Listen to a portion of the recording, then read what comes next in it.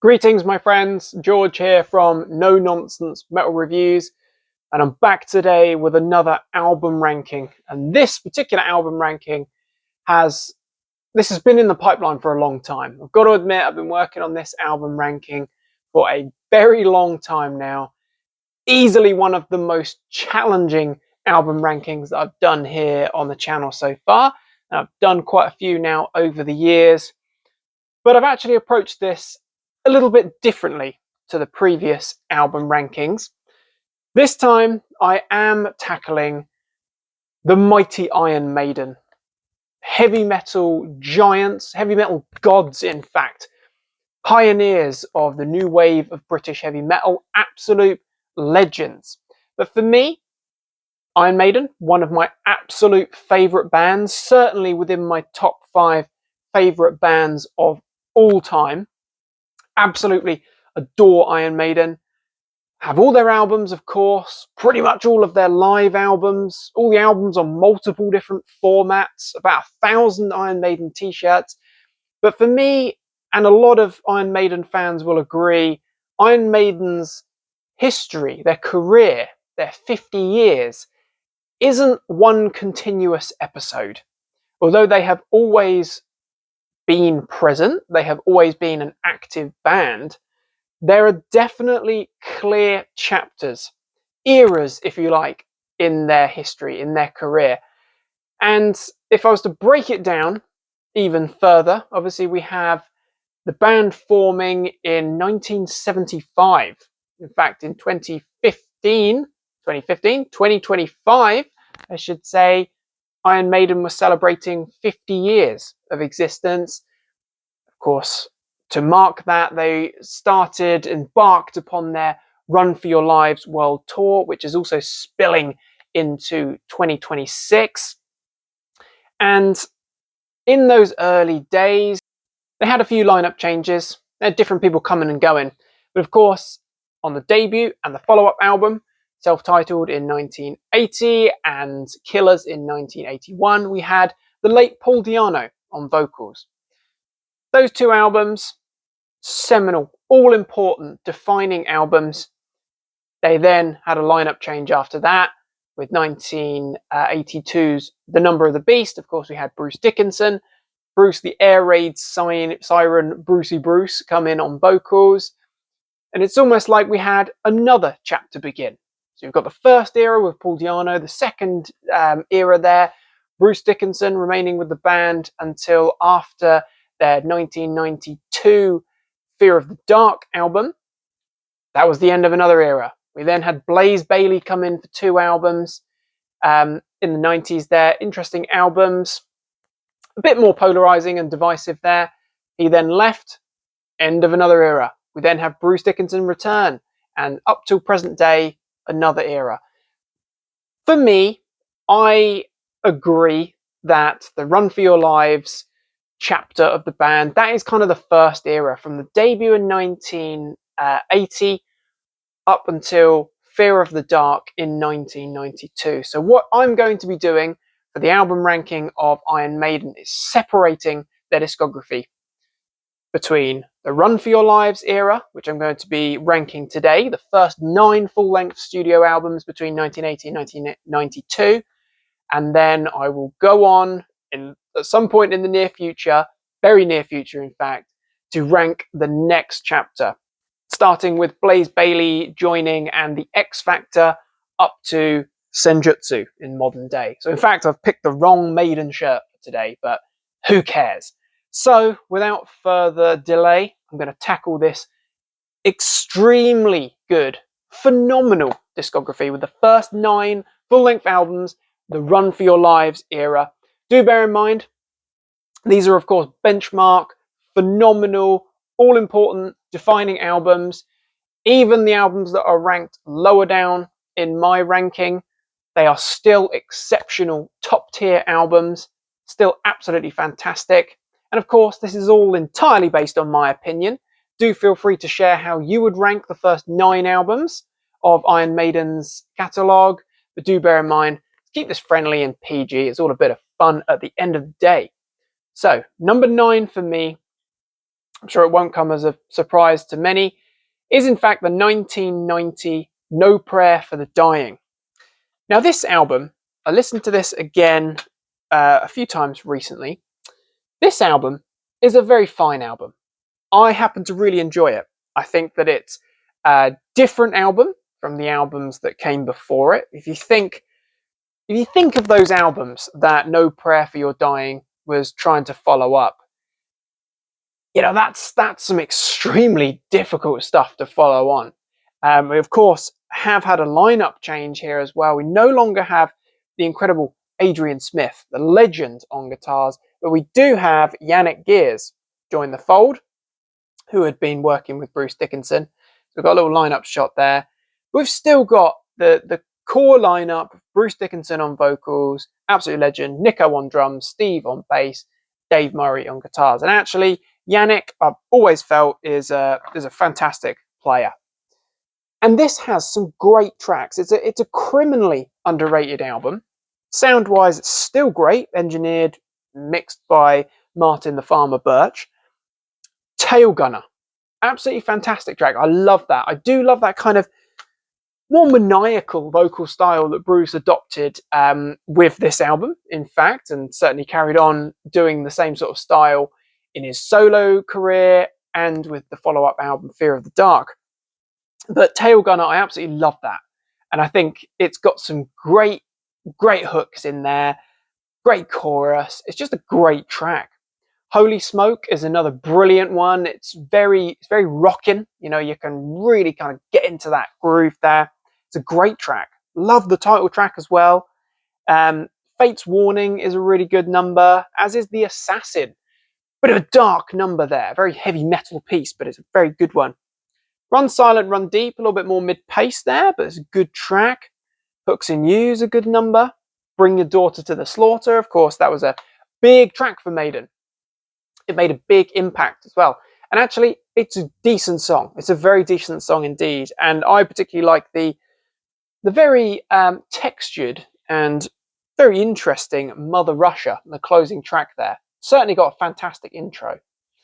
I just do feel this is a criminally underrated album. But given the pure magnitude of the other albums that this album was following on from, I'm not really all that surprised that a lot of fans don't rate it quite as highly. So number 9 for me, 1990, No Prayer for the Dying. In at number 8, we have the follow-up from 1992. This is Fear of the Dark. Of course, the title track is a live staple. It's one of Maiden's most popular songs, and it's a great track as well. I personally feel that the whole album is pretty good. It's of course, it's not as truly fantastic as those first 7 albums, shall we say, but I do feel that this is an album which is overlooked unfairly.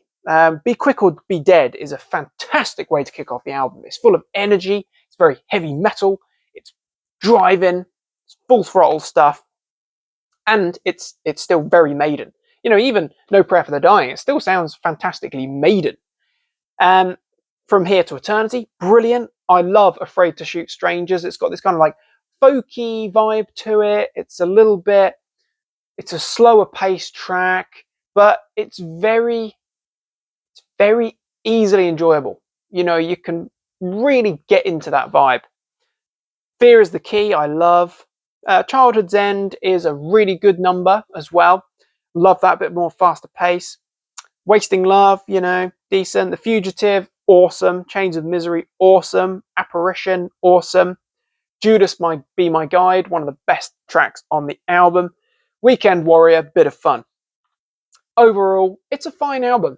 It's just not Maiden's best, but I still think this would knock spots off a lot of other albums that were coming out in the early 90s, definitely. So Fear of the Dark for me, the final album from the Run for Your Lives era, sits at number 8. Okay, now this is where it gets even more challenging. We're going in. Number 7 for me is the self-titled 1980 debut. I love this album. Absolutely adore it. It is a benchmark, defining new wave of British heavy metal album. It's an absolute masterpiece. It is a hugely important album. Of course, this is the first album from the band, Paul Di'Anno on vocals. The band was still very much, I think, finding their sound, and Paul's vocals did fit this particular sound that Maiden had at the time, which was very energetic, very abrasive. I'm not going to say it was punk because I don't really hear that myself. He was more of a kind of like a punk singer, maybe, if you can say that. I don't know. He had that kind of punk thing going on there. But this is just a fantastic album, full of energy. It's raw and it's wild and it's just brilliant stuff. Absolutely fantastic. Prowler. What an absolute phenomenal track that is. I'm using that word a lot, but it is a fantastic track. Absolutely love that. It's just pure NWOBHM. Certainly, you can say the same for Sanctuary. Absolutely killer stuff. Remember Tomorrow? I love that number. Eerie, sort of ambient sound there. It's very, very, what's the word? It's got a real build to it. A real build. There's beautiful intro there, and it just builds into this heavy metal moment. Running Free, pure anthem, metal classic there. Phantom of the Opera is absolutely exceptional, way ahead of its time, I would say. Definitely way ahead of its time. Strange World, another great one. Charlotte the Harlot, absolutely fantastic. And then the title track closing off the album, which isn't one of the strongest tracks on the album, but of course, because it's the title track, it stayed with Maiden over the years. A truly benchmark debut album, all important. And there's not too much that you can really criticize it for. Certainly, it was way ahead of its time overall, and Maiden were leaders of the pack, and that is a fine example of why. So at number 7, we have the debut self-titled album. This is where it gets even more difficult. Number 6, we have the follow-up album, Killers, from 1981.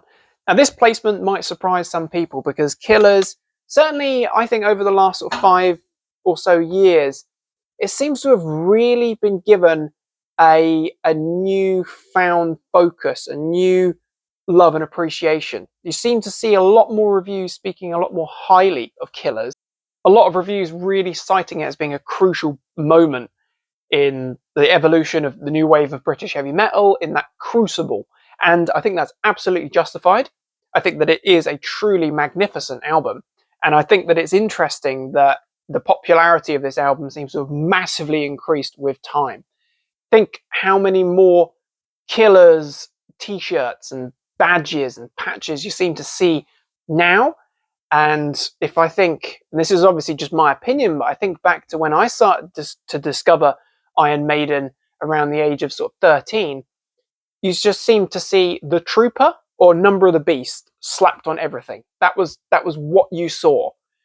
Maybe that was just what I was exposed to, but in my opinion, this album's really been thrown into the spotlight again, and with good reason, because it's freaking exceptional. And I absolutely was just knocked off my feet seeing Iron Maiden at the Utilita Arena, Birmingham, 2025, on the first leg of the Run for Your Lives World Tour.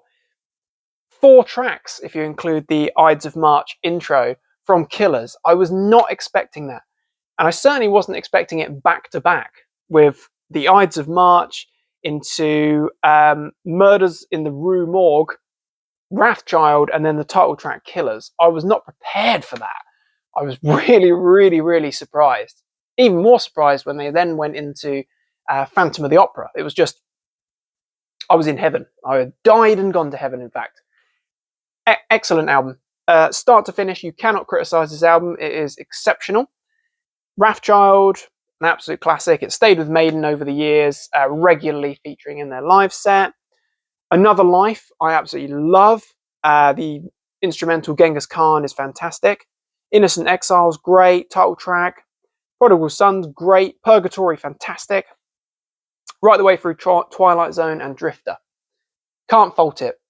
The energy is just explosive. It's dangerous. It's heavy freaking metal.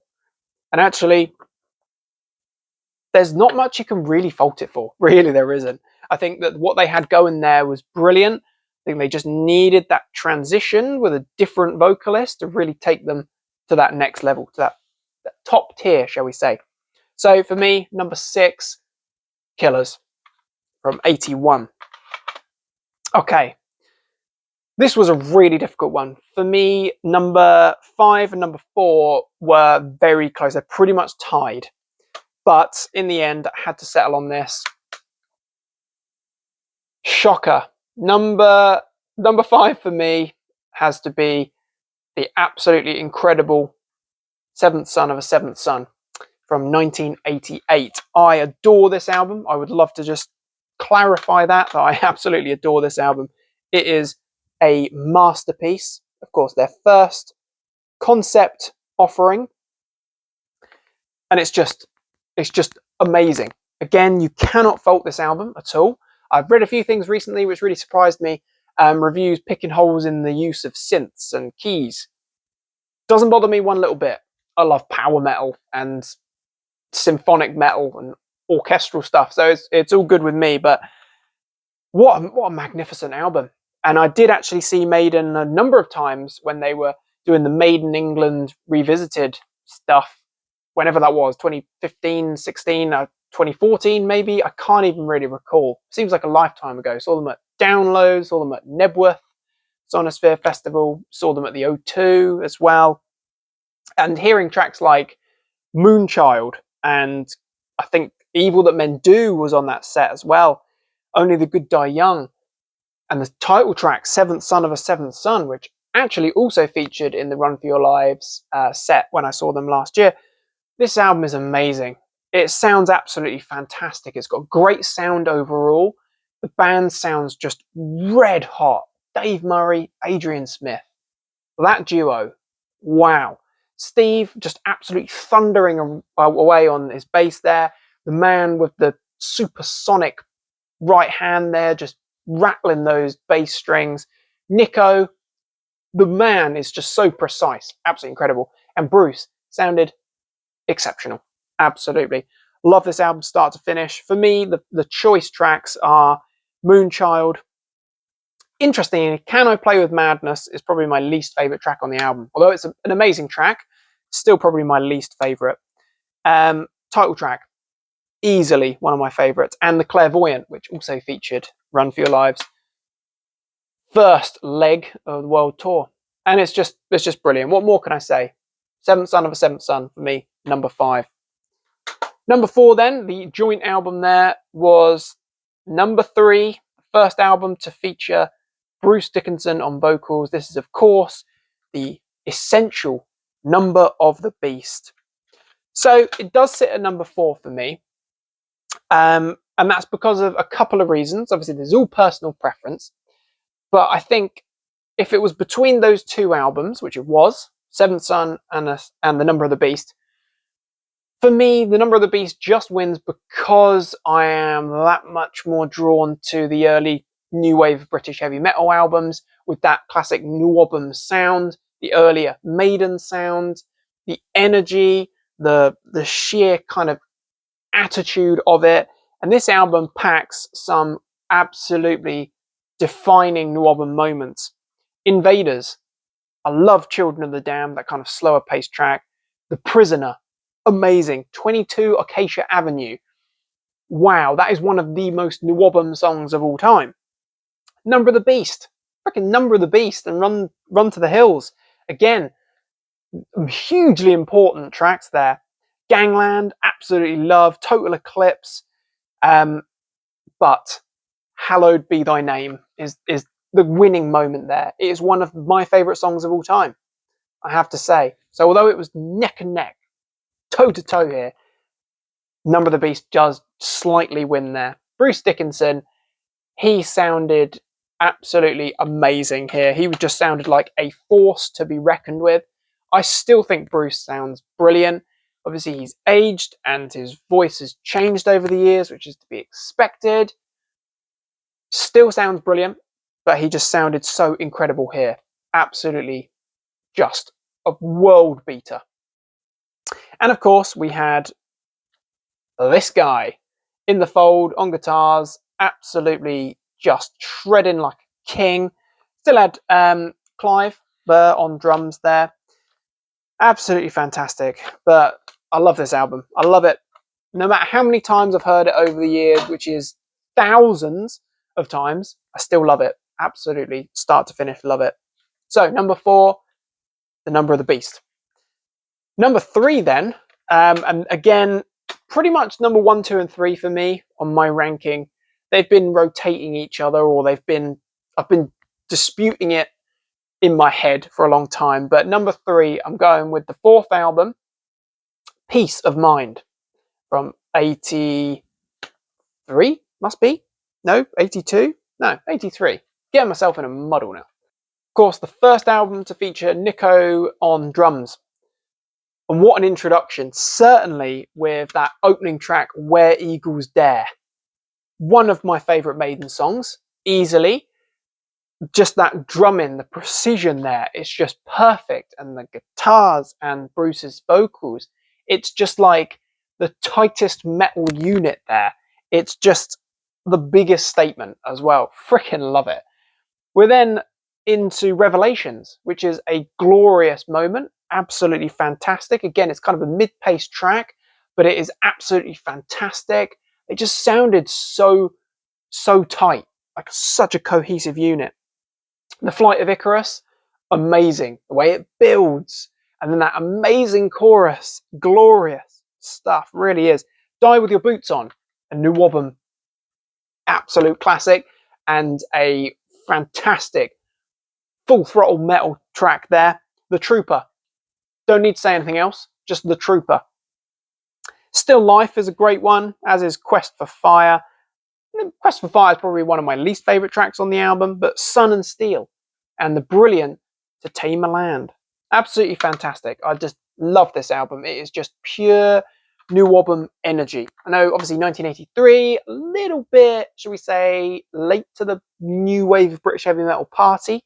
Obviously, it was 4 years, depending on when you believe the NWOBHM started, of course.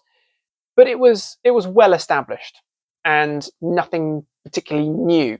But what Maiden were doing, already you can hear it on Peace of Mind. They were starting to branch out from that, really pushing those boundaries. So number 3 for me, Peace of Mind, a truly magnificent album. Number 2 then is one that I have adored massively ever since the very first time that I heard it, back when I was probably about 13 or maybe 14, is Somewhere in Time. This is just glorious. This was released in 1986 and it's absolutely fantastic. Obviously, this is the album that really did start to see a bit of a shift in the sound of Maiden. They were certainly becoming more grand, shall we say. Obviously, that had started with the previous album, but with Somewhere in Time and certainly Seventh Son of a Seventh Son, they were branching out into more kind of epic territory. Longer songs, very textured, dynamic songs, a little bit proggy, dare I say, at times, But love this. Caught Somewhere in Time. What an album opener. My goodness. Some of the greatest musicianship ever. And I think Maiden are some of the greatest musicians. They're just freaking exceptional. Wasted Years. What a monster of a track that is. Hugely catchy, massive chorus, so full of hooks. The whole album is. Sea of Madness, I absolutely adore, and Bruce sounds so good here. Just crystal clear. Heaven Can Wait, I love. Loneliness of the Long Distance Runner is just amazing. I love that track. It's just driving heavy metal. Freaking brilliant. Steve's bass, just infectious. Just that guy. That guy is metal. Stranger in a Strange Land. Wow. Love that track. Love that track to death. So good. Deja Vu is amazing as well. And the brilliant, very epic Alexander the Great. Love it. There's some amazing guitar work across this whole album. The whole thing just sounds absolutely extraordinary. And it's got to be one of the best albums just ever. Surely. I'm just getting excited just talking about it. Hence why Somewhere in Time is, for me, at number 2, released in 1986. It is just a monster of an album. Love it. But there always has to be a number one, and pretty much, actually, thinking about it, this was the first Maiden album I heard, and this is the same copy I've had ever since. My number one is Power Slave, and Power Slave has been sitting as one of my favourite Maiden albums since getting into the band, to be honest. It has been the one that I come back to the most. It's the one that I feel is the most Maiden, if you like. It's a truly amazing album. I absolutely love it. This was the first album I was strongly advised by my dad to listen to this album when just discovering music, again, age of 12, 13. I can remember him saying, if you like that faster, heavier stuff, you want to check out this, Power Slave. You want to get yourself a copy of that. And I did, and I've not turned back since. This is just a flawless album. There's nothing wrong with it. Aces High, one of Maiden's best tracks, just a glorious heavy metal rager of a track. It is just, as soon as you hear it, you just want to run outside, leap into the cockpit of a Spitfire, take off and just fly into the sun. Maybe, I don't know. 2 Minutes to Midnight, one of the greatest metal riffs of all time. One of the best metal songs of all time. Freaking absolute classic. Both of those, of course, featured on the Run For Your Lives tour last year. We don't know. We're probably going to get the same live set in 2026 or for the 2026 run, but I don't care. I'm happy. Lost for Words, Big Aura, an amazing instrumental which just showcases how brilliant Maiden are. Flash of the Blade, that intro, that tapping intro there from Adrian, just, my God, absolutely blows my mind. And it's just an amazing, soaring track. So many hooks there. Bruce sounds just like he's got total command. He is the voice of the universe. The Duelists, Back in the Village, amazing. Just fantastic stuff. The title track, another one of my absolute favourites. And with good reason. It's dark, sinister, brooding, stomping Maiden classic.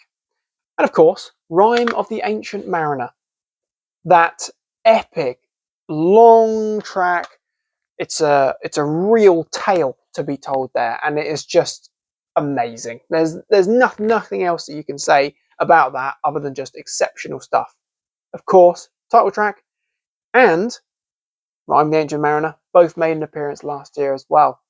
So number one for me, Power Slave, just one of the greatest.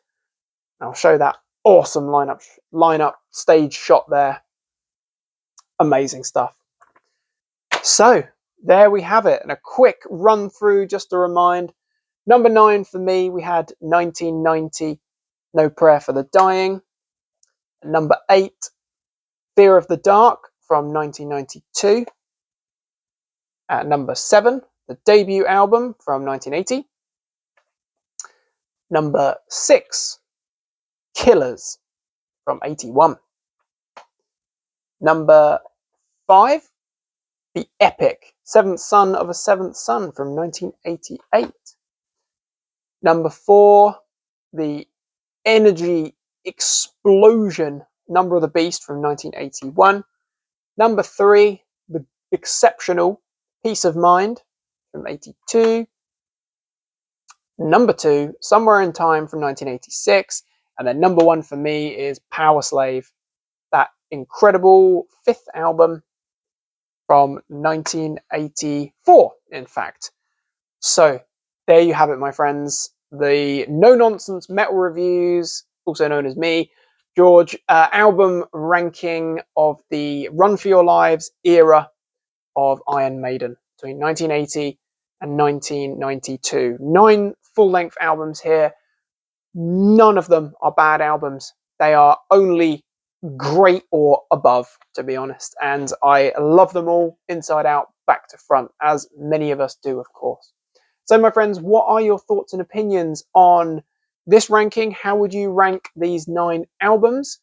Also interested to hear what what were you feeling about Run for Your Lives era? Did you catch them on the first run in 2025? Will you be going to catch them in 2026 on the next installment of Run for Your Lives? I'm interested to hear. I will personally be trekking to Nebworth here in the UK to see Iron Maiden at what is effectively their own festival, which I'm so excited about. Got all my camping gear ready, and I am so ready to hit Eddie's dive bar. Hopefully there's going to be plenty of Trooper there, of course. And just be present for more exceptional heavy metal classics. And I do wonder if we are going to be greeted with the same set list once again, or if Maiden might mix it up. You never know. Perfectly possible. So my friends, thank you very much for watching. Hope you've enjoyed this humble ranking review. Please feel free to like, subscribe, share, comment. Support is greatly appreciated as always. Check back soon for more reviews and recommendations of all the good heavy things. Till next time, take care of yourselves, listen to Iron Maiden, up the irons, and stay frickin' heavy.